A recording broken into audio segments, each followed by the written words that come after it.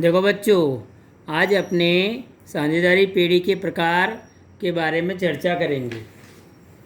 पिछले वीडियो में अपने ने साझेदारी के लाभ व हानि की चर्चा की थी। अब देखो बच्चों, साझेदारी पेड़ी के प्रकारों को 4 भागों में बांटा जाता है। नंबर 1 समय के अनुसार, नंबर 2 दायित्व या जिम्मेदारी के अनुसार, नंबर 3 धंधा के प्रकारों के अनुसार और नंबर 4 पंजीकरण के अनुसार। अवधि के या समय के अनुसार 3 भागों में अपने बांटते हैं। ऐच्छिक साझेदारी पेड़ी, निश्चित समयावधि की साझेदारी पेड़ी और निश्चित कार्य के लिए साझेदारी पेड़ी। उसी प्रकार दायित्व या जिम्मेदारी के अनुसार 2 प्रकार की साझेदारी पेड़ी, सीमित दायित्व वाली और असीमित दायित्व वाली। और तीसरा प्रकार है धंधे के प्रकार के अनुसार, तो उसके अंदर सराफी पेड़ी और सामान्य पेड़ी। और पंजीकरण के अनुसार 2 प्रकार, पंजीकृत साझेदारी पेड़ी और अपंजीकृत साझेदारी पेड़ी। अब विस्तृत रूप से इनको समझेंगे अपने बच्चों। देखो, सर्वप्रथम अवधि के अनुसार साझेदारी पेड़ी को 3 भागों में बांटा जाता है। ऐच्छिक साझेदारी पेड़ी, निश्चित अवधि की साझेदारी पेड़ी और निश्चित कार्य के लिए साझेदारी पेड़ी। सर्वप्रथम अपने ऐच्छिक साझेदारी पेड़ी। इस प्रकार की साझेदारी पेड़ी की आयु साझेदारों की इच्छा पर आधारित होती है। इसमें समयावधि का कोई समय नहीं होता, मतलब समयावधि निश्चित नहीं होती। जब तक साझेदारों के बीच सहमति और एकता और मधुर प्रेम बना रहता है, तब तक उनके बीच साझेदारी पेड़ी चलती रहती है। यदि कोई भी साझेदार पेड़ी का विसर्जन कराने का इच्छुक हो तो कानूनी नोटिस देकर साझेदारी पेड़ी का विसर्जन करवा सकता है। इस प्रकार की साझेदारी पेड़ी को अपने इच्छा अनुसार या ऐच्छिक साझेदारी पेड़ी कहते हैं। दूसरा प्रकार है निश्चित अवधि की साझेदारी पेड़ी। जब साझेदारी अनुबंध या करार में साझेदारी की अवधि पहले से निश्चित हो, तो इस प्रकार की साझेदारी पेड़ी को निश्चित अवधि की साझेदारी पेड़ी कहते हैं। जैसे कि 5 वर्ष निश्चित किया जाए तो उसे अपने निश्चित समय की साझेदारी पेड़ी कहेंगे। अवधि पूर्ण होने पर यह साझेदारी पेड़ी का अपने आप विसर्जन होता है। ऐसा होने के बावजूद पेड़ी के सभी साझेदार यदि सहमत हो तो उसका समय बढ़ाया जा सकता है, अर्थात कि उसको और आगे तक बढ़ा सकते हैं। तीसरा प्रकार है निश्चित कार्य के लिए साझेदारी पेड़ी। देखो बच्चों, निश्चित कार्य के लिए साझेदारी पेड़ी अर्थात कि साझेदारी करार के द्वारा कोई निश्चित कार्य करने के लिए साझेदारी पेड़ी की यदि स्थापना की जाए तो ऐसी साझेदारी पेड़ी को निश्चित कार्य की साझेदारी पेड़ी कहते हैं। निश्चित कार्य पूर्ण होने पर इस प्रकार की साझेदारी पेड़ी का अपने आप विसर्जन होता है। जैसे पुल का निर्माण करना हो तो पुल का कार्य पूरे होने के बाद साझेदारी पेड़ी का अपने आप विसर्जन होता है। सरकारी ठेका जो नहर, रोड, पुल इत्यादि कार्यों के लिए इस प्रकार की साझेदारी पेड़ी की रचना की जाती है। अब दूसरा प्रकार है बच्चों दायित्व के अनुसार या जिम्मेदारी के अनुसार। उसको 2 भागों में डिवाइड करते हैं, एक सीमित दायित्व वाली साझेदारी पेड़ी और एक असीमित दायित्व वाली। सर्वप्रथम अपने सीमित दायित्व वाली पेड़ी। यह साझेदारी पेड़ी का एक विशिष्ट प्रकार माना जाता है। पेड़ी के मात्र एक साझेदार के अतिरिक्त शेष साझेदारों का दायित्व सीमित रखा जा सकता है, इसलिए इसे हम सीमित साझेदारी वाली पेड़ी कहते हैं। इस प्रकार की पेड़ी बहुत कम देखने को मिलती है। असीमित दायित्व वाली साझेदारी पेड़ी अर्थात कि इस प्रकार की साझेदारी पेड़ी में प्रत्येक साझेदार का दायित्व असीमित होता है।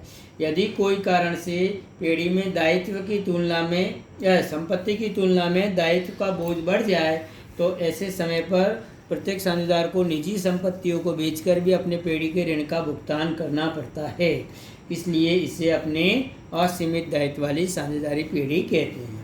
तीसरा प्रकार है धंधे के अनुसार। धंधे के अनुसार 2 प्रकार की, एक सराफी पेड़ी और एक सामान्य साझेदारी पेड़ी। सराफी साझेदारी पेड़ी अर्थात कि ऐसी साझेदारी पेड़ी का कार्य सार्वजनिक जनता के पास से बिन उपयोगी धन को स्वीकार करना और निश्चित शर्तों के अंतर्गत ऋण देना हो, ऐसी साझेदारी पेड़ी को हम सराफी साझेदारी पेड़ी कहते हैं।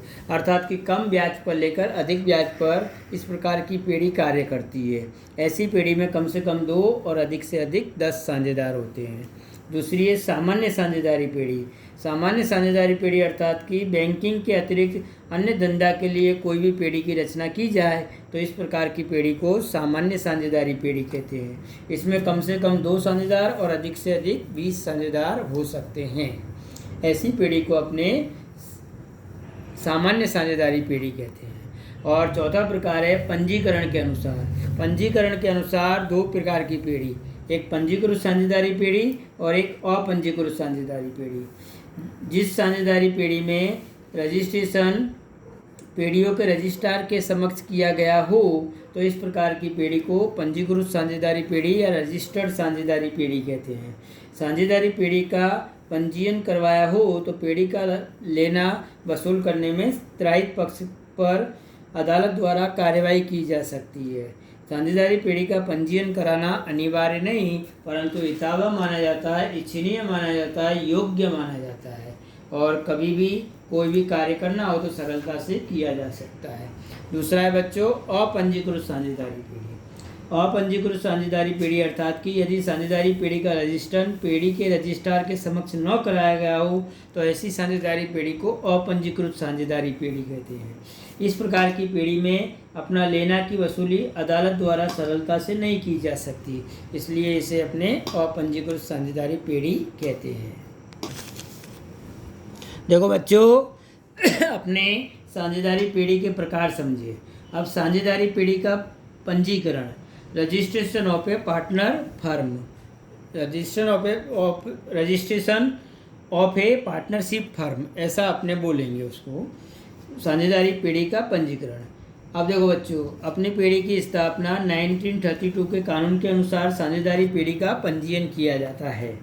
पेढ़ी का पंजीयन कराना अनिवार्य नहीं परंतु हितावह माना जाता है, लेकिन पंजीकरण न करवाने से बहुत सी हानियाँ या दोष पैदा हो सकते हैं, इसलिए पेढ़ी का पंजीयन कराना अनिवार्य होता है, ऐसा बोल सकते हैं, या पंजीकरण करवाया जा सकता है।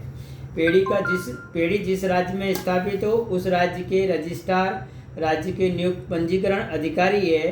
पंजीकरण करवाने के लिए निश्चित फॉर्म में जरूरी विवरण को भरकर सभी साझेदारों के हस्ताक्षरों को करवाकर जरूरी फीस के साथ पंजीकरण करवा सकते हैं, इसलिए पंजीकरण कराना अनिवार्य नहीं परंतु हितावह माना जाता है। पंजीकरण में निम्न विवरणों का समावेश होता है: पेढ़ी का नाम एवं पता, पेढ़ी की शाखाएं, पेढ़ी साझेदारों का नाम और पता, टेलीफोन नंबर, प्रत्येक साझेदार के प्रवेश की तिथि, साझेदारों का लाभ व हानि का प्रमाण, साझेदारों की पूंजी संबंधी विवरण और पेढ़ी की अवधि। इस प्रकार अपने उपयुक्त विवरणों को ध्यान में रखकर साझेदारी पेढ़ी का पंजीयन करवा सकते हैं और उसका एक प्रमाण पत्र अपने को प्राप्त होता है। पेढ़ी का पंजीकरण कराने के बहुत से लाभ है बेटा। देखो पहला लाभ है इसका कि अपने लेनदार के संबंध में त्रायित पक्ष के सामने दावा कर सकते हैं, एक तो पहला लाभ। दूसरा लाभ है पेढ़ी का कोई भी साझेदार दूसरे साझेदार अथवा पेढ़ी के सामने दावा कर सकता है। तीसरा लाभ है साझेदार अपने अधिकारों तथा हिस्सों के लिए अदालत में न्याय की मांग कर सकता है। चौथा लाभ है निवृत्त होने वाला साझेदार सार्वजनिक जनता को नोटिस देकर अपनी जिम्मेदारियों में से मुक्त हो सकता है। और पांचवा लाभ है इसका पेढ़ी के पंजीकरण करने से सार्वजनिक जनता को पेढ़ी के अस्तित्व के विषय में संपूर्ण जानकारी प्राप्त होती है। देखो बच्चों ये अपने इसके 5 लाभ बताए। अब अपने साझेदारी करार पत्र के विषय में समझेंगे। देखो साझेदारी करार पत्र में समाविष्ट होने वाले विवरण निम्न अनुसार है। एक तो पेढ़ी का नाम और पता, साझेदारों का नाम, पता, उम्र का प्रकार और टेलीफोन नंबर, पेढ़ी का उद्देश्य तथा धंधे के प्रकार, पेढ़ी प्रारंभ करने की तारीख तथा अवधि, साझेदारों की पूंजी और पूंजी पर ब्याज देना हो तो उस संबंधी विवरण, साझेदारों का व्यक्तिगत आहरण और उसकी सीमा, साझेदारों द्वारा पेढ़ी को दिए गए लोन के ब्याज की दर, लाभ हानि का विभाजन का प्रमाण, साझेदारों के बीच कार्य का विभाजन, साझेदारों का वेतन, कमीशन, अन्य सुविधाओं की जानकारी, साझेदारी पेढ़ी के हिसाब तथा खाता रखने की व्यवस्था, बैंक में पेढ़ी के खाता खुलवाने तथा उनके लेन देन संबंधी अधिकार की व्यवस्था, ख्याति के मूल्यांकन की विधि, मतभेद तथा झगड़े के निवारण के समय पंच की रचना, महत्वपूर्ण दस्तावेजों पर हस्ताक्षर करने का अधिकार, नए साझेदार का प्रवेश तथा पुराने साझेदार की निवृत्ति संबंधी व्यवस्था, साझेदारों के अधिकार और कर्तव्य, वयस्क साझेदार के प्रवेश की व्यवस्था और पीढ़ी के विसर्जन के समय हिसाबी निपटारे की व्यवस्था। इतने विवरणों का समावेश अपने करार पत्र में करते बच्चों। ये सब प्रश्नों को आपको अपनी नोट्स में लिखना है कि भाई साझेदारी पीढ़ी के प्रकारों को समझाइए, साझेदारी करार पत्र को समझाइए। ये सब प्रश्नों को आपको अपनी नोट्स में लिखना है। देखो बच्चों, इस चैप्टर के अंदर अपने आज पूर्णाहुति की ओर है। आज अपने सिर्फ व्यक्तिगत मालिकी और साझेदारी पीढ़ी के बीच अंतरों को समझना है। वो मैं अंतर बताते जाता हूँ आपको। पहला अंतर है, एक तो पहले आप अर्थ से शुरुआत करना कि भाई व्यक्तिगत मालिकी की पीढ़ी किससे कहते हैं, साझेदारी पीढ़ी किससे कहते हैं। तो व्यक्तिगत मालिकी की पीढ़ी जिसकी मालिकी, संचालन और अंकुश रखने की सत्ता किसी एक ही व्यक्ति के हस्तगत हो तो उसे अपने व्यक्तिगत मालिकी की पीढ़ी कहते हैं। साझेदारी पीढ़ी अर्थात दो या दो से अधिक साझेदार मिलकर जिस पीढ़ी की रचना करते हैं उसको अपने साझेदारी पीढ़ी कहते हैं। दूसरा अंतर में लेना बेटा, सदस्य। इसमें एक ही सदस्य होता है, उसमें कम से कम 2 और सराफी पीढ़ी हो तो 10 और सामान्य पीढ़ी हो तो 20 सदस्य होते हैं। तीसरा अंतर लेना आप, पूंजी। तो देखो, व्यक्तिगत मालिकी की पीढ़ी में एक ही मालिक पूंजी लगाता है। साझेदारी पीढ़ी में साझेदारी करार के अनुसार सभी साझेदार लगभग पूंजी लगाते हैं। चौथा पॉइंट लेना है, स्थापना। तो धंधे की स्थापना कोई भी व्यक्ति कभी भी कर सकता है और उसमें धंधे की स्थापना लिखित या मौखिक करार के अनुसार की जाती है, ऐसा लिखना बच्चों। निर्णय, व्यक्तिगत मालिकी की पीढ़ी में एक ही मालिक होता है इसलिए त्वरित निर्णय लिया जा सकता है, जबकि साझेदारी में क्या लिखोगे बच्चों, साझेदारी पीढ़ी में एक से अधिक साझेदार होने की वजह से निर्णय लेने में थोड़ा विलंब हो सकता है। लाभ हानि, अगला पॉइंट, लाभ हानि मात्र व्यक्तिगत मालिकी को ही प्राप्त होता है या भुगतना होता है। वो साझेदारी पीढ़ी के अंदर क्या लिखोगे, साझेदारी करार के अनुसार लाभ हानि साझेदारों के बीच विभाजित हो जाती है। 7वां पॉइंट लेना बच्चों, पंजीकरण। इस व्यक्तिगत मालिकी पीढ़ी में पंजीकरण की कोई व्यवस्था नहीं है। साझेदारी अधिनियम के अंतर्गत साझेदारी पीढ़ी में पंजीयन करवाया जा सकता है परंतु अनिवार्य नहीं, हितावह माना जाता है। देखो बच्चों, अगला पॉइंट लेना, रहस्यों की गोपनीयता। व्यक्तिगत मालिकी में गोपनीयता बनी रह सकती है, उस साझेदारी में गोपनीयता कम रखी जा सकती है क्योंकि एक से अधिक साझेदार होते हैं।